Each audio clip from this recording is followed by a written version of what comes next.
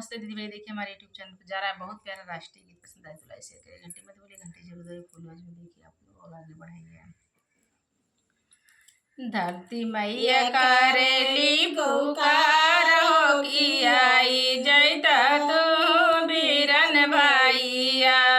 धरती मैया करेली पुकार हो कि आई जैता तू बीरन भैया।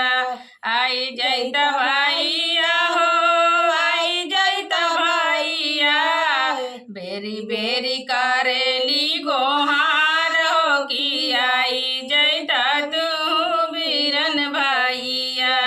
बेरी बेरी करेली गोहार हो कि आई जैता तू बीरन भैया।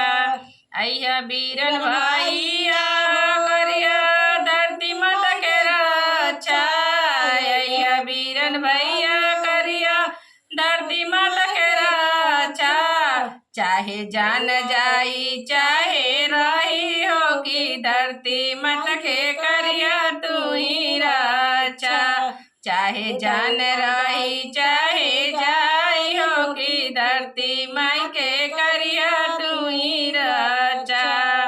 अय्या बीरन भैया हो झंडा लहरैया। अय्या बीरन भैया हो झंडा लहरैया। धरती माता करिया तू ही रक्षा हो कि आई जइया हमरो बीरन भैया। धरती माता करिया तू ही रक्षा हो कि आई